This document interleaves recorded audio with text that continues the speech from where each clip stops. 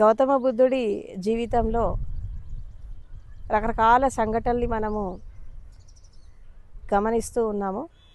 ఆయన సాధన చేస్తున్నటువంటి క్రమంలో రకరకాల గురువుల దగ్గరికి వెళ్ళినప్పుడు రకరకాల సాధన పద్ధతులు అని చెప్పారు. ఒక్కొక్క గురువు ఒక్కొక్క స్థితిలో ఆ సాధన చెప్తున్నప్పుడు గురువులే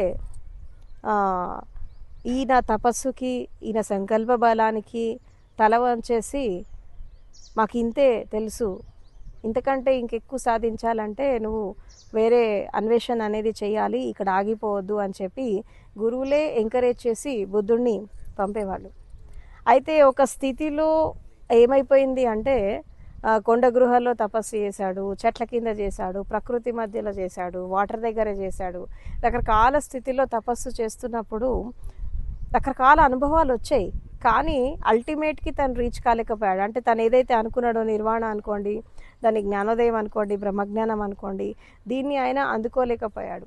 అయితే ఇంతమంది గురువుల దగ్గర సాధన చేస్తూ చేస్తూ ఒక ఒక ఒక స్థితికి రీచ్ అయ్యాక ఆఖరికి ఒంటరిగా ఏకాంతంలో సాధన చేస్తేనే మనము ముందుకెళ్తాము అనేటటువంటి ఉద్దేశంతో ఆయన ఒక బియ్యపు గింజ దీన్ని కూడా సాధన చేశాడు. శరీరం అంతా చిక్కి శల్యమైపోతుంది. అండ్ ఒక విధంగా చెప్పాలంటే ఆల్మోస్ట్ ఆల్ శరీరం పోయేటటువంటి దశకు వచ్చినప్పుడు ఇది కూడా కరెక్ట్ కాదు, ఇది ఒక అతి. అంటే కంప్లీట్గా ఫుడ్ తిని భోగాలకి అలవాటు పడి మనం సాధన చేయాలంటే అక్కడ చేయలేం. అండ్ అదేవిధంగా కంప్లీట్గా అన్నీ మానేసి అన్నీ త్యజించేయాలంటే కూడా చేయలేం. అంటే అతి అనేది ఎక్కడ పనికిరాదు. ఒక బ్యాలెన్స్డ్ స్టేట్లో జీవితాన్ని తీసుకెళ్లాలా. తర్వాత ఎక్స్ట్రీమిటీకి వెళ్ళకూడదు. మనం ఎక్స్ట్రీమిటీకి వెళ్లకుండా మనము ఏ పని చేసినా బ్యాలెన్స్గా చేయాలి. అందుకే బుద్ధుడి మార్గాన్ని ఏమంటారంటే మధ్య మార్గం అంటారు. అంటే మధ్య మార్గం అంటారు. అతి అనేది ఎక్కడ పనికిరాదు, ప్రతిదీ కూడా చాలా సమస్థితిలో బ్యాలెన్స్గా ఉండాలి అని చెప్పి ఆయన చెప్పడం జరిగింది.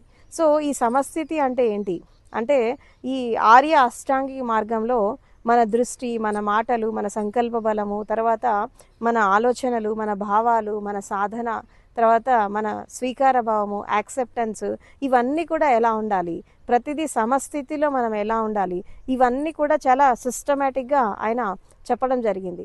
ఈ చెప్తూ జీవితాన్ని మనం బ్యాలెన్స్గా ఎలా తీసుకెళ్ళాలి అంటే మనము మన మాటలు, మన దృష్టి, మన కర్మలు, తర్వాత మన సంకల్ప బలము, తర్వాత మన శ్రమ, ప్రతిదీ కూడా చాలా సమస్థితిలో ఉండాలి, ఈక్వానిమిటీగా ఉండాలి, ఈక్వల్గా ఉండాలి.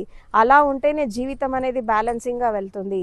అతి అనేది ఎక్కడ పనికిరాదు అని చెప్పి ఆయన రకరకాల సాధనలు చేస్తున్నటువంటి క్రమంలో ఆయనకు అర్థమైనటువంటి జీవిత సత్యం ఏంటంటే జీవితం అనేది ఎంత బ్యాలెన్స్గా ఉంటే, జీవితం అనేది ఎంత సమతుల్యతతో ఉంటే, ఎంత ఒక వినమ్రతతో జీవిస్తే, ఎంత స్వీకార భావంతో జీవిస్తే దాన్ని మనం ముందుకు తీసుకెళ్ళగలుగుతాం చాలా బాగా అని చెప్పి ఆయన చెప్పడం జరిగింది. అందుకే బుద్ధుడిని తథాగతుడు అని అంటారు.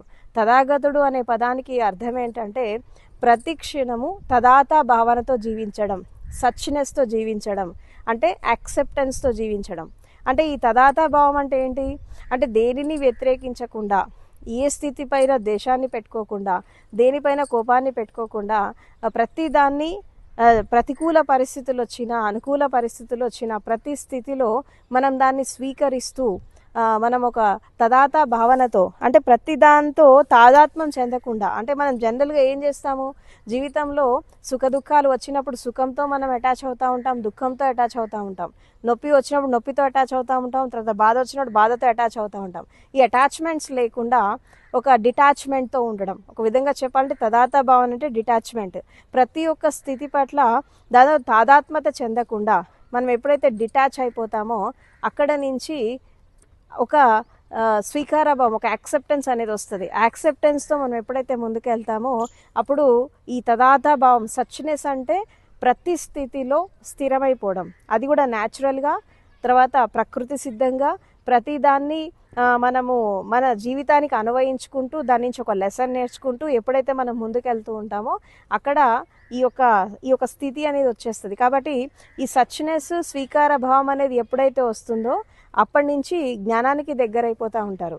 అందుకే బుద్ధుడు జీవితంలో చేసినటువంటి ప్రతి ఒక్క అన్వేషణ, ప్రతి ఒక్క స్థితి, ఆయన ఆయన జీవితం మొత్తం మనం అధ్యయనం చేస్తుంటే మనకు అర్థమయ్యేది ఏంటి అంటే, మూడే 3 సూత్రాలు మనకి చాలా సింపుల్‌గా కనిపిస్తాయి. ఏంటంటే, ఒకటి శీలాన్ని ఆచరించడం, తర్వాత సత్యంతో ఉండడం, ధర్మంతో ఉండడం, అండ్ తర్వాత స్వీకార భావంతో జీవించడం, స్థితప్రజ్ఞతతో ఉండడం, తర్వాత నిర్వాణాన్ని పొందడం, జీవితాన్ని ఉత్సవపూర్వకంగా జీవించడం, అదేవిధంగా బ్రహ్మజ్ఞానాన్ని అందుకోవడం, తర్వాత నిర్వాణ పదంలోకి ప్రవేశించడం. ఇదే మనకి బుద్ధుడు ఇచ్చినటువంటి సందేశం.